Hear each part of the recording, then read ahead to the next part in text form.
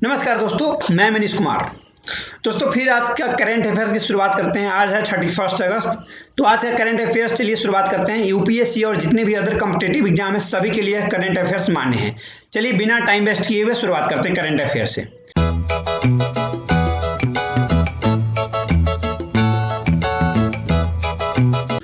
दोस्तों हमारा पहला सवाल क्या कहता है, in India a person watch TV average hour per day. India में पर एक जो पर्सन है एवरेज आवर टीवी कितने देर देखता है, पर दिन कितने आवर टीवी देखता है। 4 hour A option, B option 3 hour per day, 3.5 hour per day, D option 2.3 hour per day. India में एवरेज व्यक्ति कितना घंटा टीवी देखता है एक दिन में। दोस्तों इसका आंसर होगा सी, 3.5 आवर पर डे। इंडिया में एक इंसान 3.5 घंटा टीवी देखता है प्रतिदिन। एवरेज निकाला गया है, डेटा दिया जाता है बार्क के द्वारा, ब्रॉडकास्टिंग ऑडियंस रिसर्च काउंसिल, उसके द्वारा डेटा प्रस्तुत किया जाता है।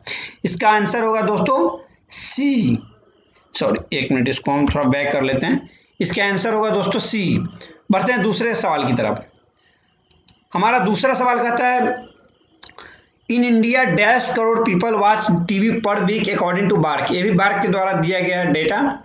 इंडिया में कितने करोड़ जनसंख्या जो है, जो कि पर आप एक सप्ताह में कितने लोग देखते हैं, एक सप्ताह में कितने लोगों की जनसंख्या टीवी को देखती है। 50 करोड़ लोग देखते हैं, 80 करोड़ लोग देखते हैं, 40 करोड़ लोग देखते हैं, या 600 करोड़ लोग देखते हैं।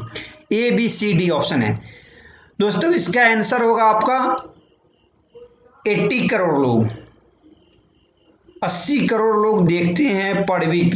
जो व्यूअर्स की संख्या होती है ब्रॉडकास्टिंग ऑडियंस रिसर्च काउंसिल के द्वारा ये डेटा दिया जाता है, जो कि 80 करोड़ लोग एक सप्ताह में टीवी को देखते हैं। 80 करोड़ लोग टीवी देखते हैं एक सप्ताह के अंदर।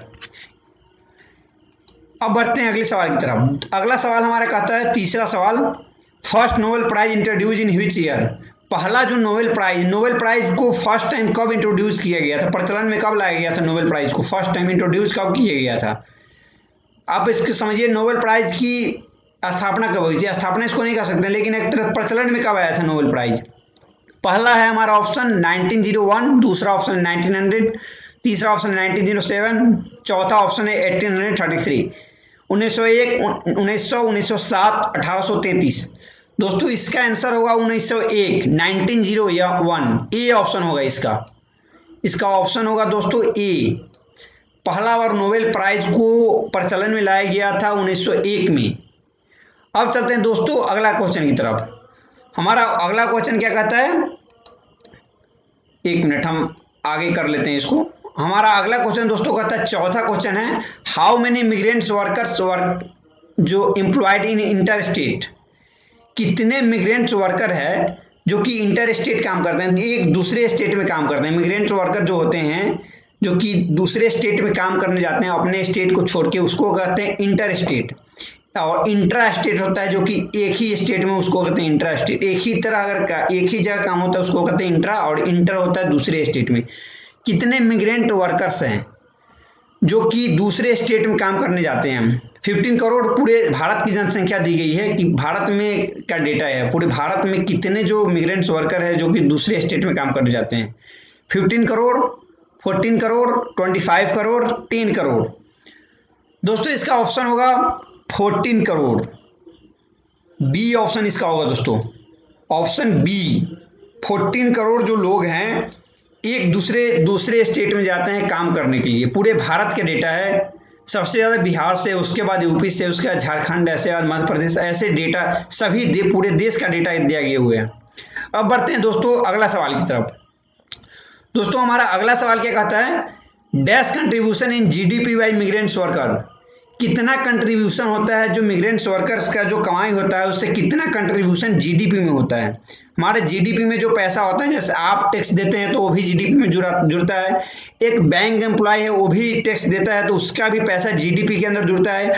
एक रिक्शे वाला है उसका भी पैसा जीडीपी के अंदर जुड़ता है। तो मिग्रेंट्स वर्कर है उसके पूरे जितना भी मिग्रेंट्स वर्कर है 14 करोड़, उसकी कमाई का कितना परसेंट जीडीपी में योगदान जाता है। 6%, 4%, 8%, 1.5%। दोस्तों इसका ऑप्शन होगा 6%। 6% जीडीपी में योगदान जाता है मिग्रेंट्स वर्कर्स का। ऑप्शन होगा ए। दोस्तों अब बढ़ते हैं अगले सवाल की तरफ। हमारा अगला सवाल क्या कहता है, dash rural Indians can't afford nutritious food. दोस्तों यह डेटा यूएन के द्वारा दिया गया हुआ है।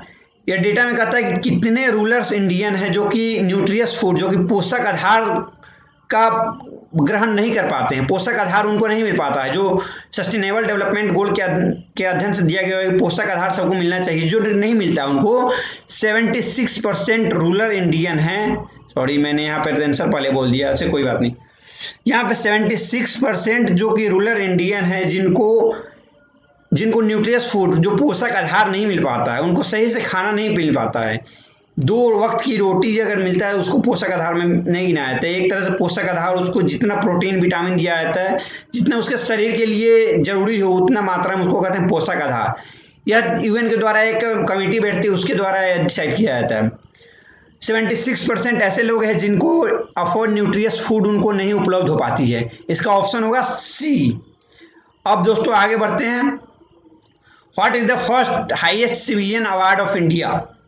भारत में हाईएस्ट सिविलियन अवार्ड कौन सा है। भारत रत्न, ए, बी पद्म विभूषण, तीसरा पद्म भूषण, चौथा नॉन, इनमें से कोई नहीं। दोस्तों पहला है option Bharat Ratna, Padma Bhushan, Padma Vibhushan. Highest civilian award दोस्तों होगा Bharat Ratna. Highest civilian award है भारत रत्न। दोस्तों बढ़ते हैं अगले सवाल की तरफ अपने। हमारा 8वां सवाल कहता है dash is the second highest civilian award of India. हमारा सेकेंड हाईएस्ट सिविलियन अवार्ड क्या है। पहला ऑप्शन है भारत रत्न, दूसरा ऑप्शन हमारा भारत पद्म विभूषण, तीसरा ऑप्शन है पद्म विभूषण, चौथा ऑप्शन है none. Second highest civilian award दोस्तों है पद्म विभूषण। पद्म विभूषण बी ऑप्शन होगा इसका दोस्तों। Padma Vibhushan second highest civilian award है भारत का। Second highest civilian award Padma Vibhushan, first award Bharat Ratna. दोस्तों अगले सवाल की तरफ बढ़ते हैं, 9वें सवाल की तरफ। दोस्तों 9वां सवाल हमारा कहता है dash is the third highest civilian award of India. कौन सा सबसे ऊंचा सर्वोत्तम अवार्ड है भारत का, सर्वोत्तम जो सम्मान है कौन सा है। भारत रत्न, पद्म विभूषण, पद्म भूषण। दोस्तों इसका आंसर क्या होगा। इसका आंसर होगा पद्म भूषण। पद्म भूषण अवार्ड है जो कि थर्ड हाईएस्ट सिविलियन अवार्ड के कैटेगरी में आता है। तीसरा सबसे बड़ा नागरिक का जो अवार्ड मिलता है, सम्मान मिलता है, और मिलिट्री का अवार्ड दूसरा होता है, इसलिए यहाँ पे सिविलियन अवार्ड दिया गया हुआ है। सिविलियन अवार्ड दूसरा होता है और मिलिट्री अवार्ड दूसरा होता है, इसलिए सिविलियन अवार्ड थर्ड हाईएस्ट होता है पद्म विभूषण। अगले सवाल की तरफ बढ़ते हैं, 10वें सवाल की तरफ और आखिरी सवाल की तरफ। दोस्तों हमारा अगला सवाल है dash is the fourth highest civilian award of India. Dash is the fourth highest civilian award. चौथा हाईएस्ट सिविलियन अवार्ड का कौन सा इंडिया का। भारत रत्न, पद्म विभूषण, पद्म भूषण, पद्मश्री। दोस्तों इसका आंसर 3 हो गया हुआ है, तो एक ही बचा हुआ है Padma Shri. Fourth highest civilian award है इंडिया का, fourth highest civilian award of India. दोस्तों अगर कोई आपका सुझाव हो, कोई कमेंट हो, तो आप अपने कमेंट बॉक्स में कमेंट कर सकते हैं। कोई भी जानकारी अगर और लेना चाहे तो आप कमेंट बॉक्स में कमेंट कर सकते हैं। थैंक यू सो मच, मिलते हैं फिर से नेक्स्ट वीडियो में। Thank you so much.